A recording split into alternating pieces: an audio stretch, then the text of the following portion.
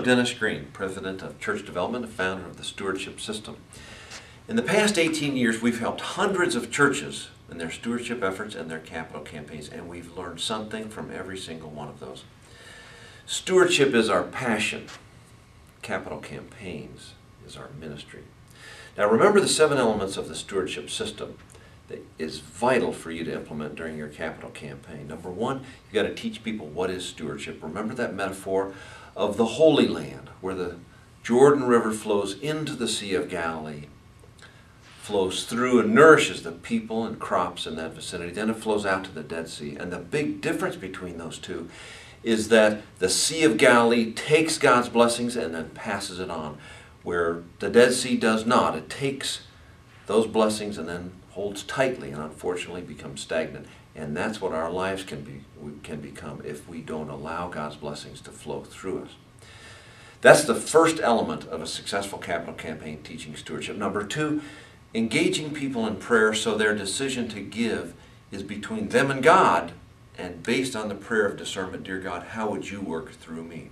Number 3, we want to engage people in decision making so they own the path to success for the church. Number 4, we want to involve them as volunteers so they are implementing this vision that they helped to create. Number 5, we want to involve them socially to build that community fabric of the church. Number 6, at that point, then they're ready to be asked. And the way we ask them will be based in prayer, so the decision to give is between them and God. And then finally, we'll thank them. And if you remember from our previous sessions, thanking will have an enormous impact on the outer 2/3 of your church. Almost no impact on that core backbone of the church.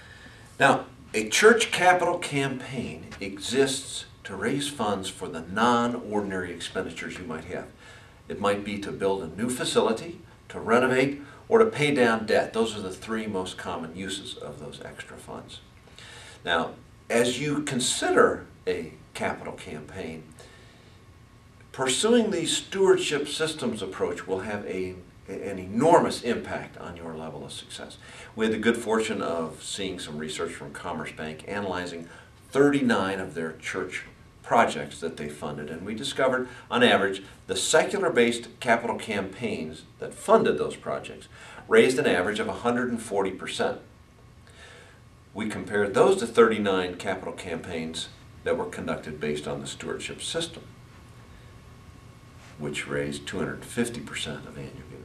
So if you compare 140% with a secular approach to 250% based on the stewardship system, you can see it is actually more profitable to make it a spiritual approach. It's logical too. Think of it from a common sense perspective. If the secular approach is to identify who has the most money and to go visit them first, who has the next most money and go visit them next, would it not be logical that those people might be more generous if they had the opportunity to pray, reflect, discern, engage others socially, become involved in the project, have a sense of ownership in the decisions so that they're part of moving the project forward? Wouldn't that make sense that they would be more generous? So this is a rare circumstance where spirituality and practicality actually fit together perfectly. I'd like to tell you a little success story that I feel very honored to have been part of. As a small Catholic church in a rural town in Platte City. The name of the church was 12 Apostles, and they had a new pastor, which it's tough enough to launch a campaign when you've got a new pastor, but this new pastor was very excited, and what made him unusual, he came from an engineering background, which made it doubly challenging, I imagine. But he launched this capital campaign after engaging everybody in the vision about what the new facility might look like. So everyone had a sense of ownership, and the church was growing rapidly. They raised 600% of annual giving in their capital campaign and 3-year pledges, which is an off-the-chart home run. It allowed them to build their first facility and move out of their meeting space. Now imagine if he had not had the wisdom to conduct this capital campaign based on prayer, but instead pursued the secular approach and raised 140% of annual giving. Nothing would have happened. They would have continued to rent ad infinitum. All right, now let me take a step back. As you're thinking about your capital campaign, let me tell you 6 steps that you're going to need to go through to lay a proper groundwork. Number one comes from Proverbs 29:18, where there is no vision, the people perish. The first step is to facilitate that visioning process so that everyone has a sense of ownership in the plans for your church for the future. Once you've got that vision outlined, then you can do a financial forecast. Let me tell you a brief summary, again going back to that research from Commerce. A typical church project is 4 times annual giving, 400% of annual giving, so you can do that math right now. A typical campaign from that research yields about 1.5 times annual giving, and a typical debt is about 2.5 times annual giving.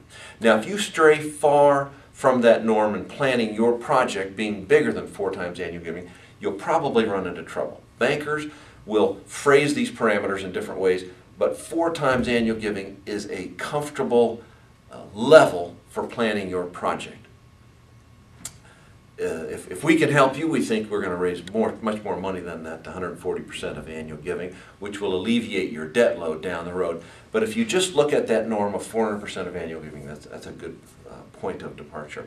So long-range planning, financial planning, and the third is facility master planning. This is another opportunity to implement one of those 7 principles from the stewardship system. Let's ask everybody in the church to get involved. Let's engage them. Let's retain an architect. That's a good facilitator that can draw out from our people what they envision that this new facility might look like. We can get lots of input from lots of people. A small committee can refine it along with the architect. Then we can come back to the people and say, the people have spoken, we've interpreted it. Here is the design for our facility. Virtually everyone will have a sense of ownership in the facility at that point in time. Your next step as you approach fundraising is to conduct a readiness assessment or feasibility study, which assesses the probability of fundraising success on the one hand, and on the other hand, it tells you specifically how you need to proceed as you designed a tailored, specific approach that's unique for your church. The result of this assessment or study will be a set of very specific recommendations that prepare your church to go ahead and meet the needs of your people as you ask them for what may be the single largest financial commitment that they make to a charitable organization in their entire lifetimes. Finally, we're ready for step number 5, the capital campaign. It will take about 5 months to manage this process.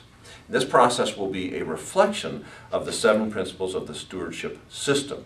So we're going to engage people all the way through in a prayer-based, stewardship-oriented process that lifts their sights up to engage them in investing in the church's future. Finally, number 6, after that commitment Sunday, you'll have 3 years of follow-up to make sure that people fulfill their commitments. Now, in terms of action, the next steps you can do as you get ready for a capital campaign. Church development or the stewardship system can provide this workshop, the same workshop in which we go through a lot of depth about a calendar and a series of checklists to prepare your church for a successful capital campaign. We could present this workshop for your presbytery or your conference or your diocese if you have numerous churches interested in the same subject. You could retain us and we could serve as your trainer if that's all you would like to get you going. We could serve as your campaign consultant, or we could be your on-site manager to hold your hand and oversee the myriad details through that campaign process. Call me at the number on your screen or send me an email. Check the website that's listed there as well. Thank you, good luck, and God bless.